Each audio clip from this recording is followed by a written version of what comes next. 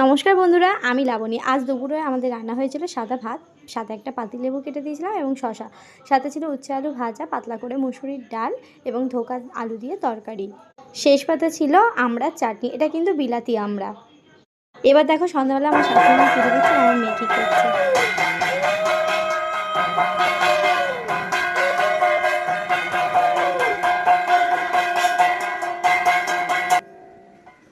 নম করে নাও, নম করে নাও। হরি বল করো, হরি বল করো। ওরম করতে হয়, এটা কে শিখিয়েছে তোমাকে? এরপর আমার মেয়ের নাচটা দেখো শুধু।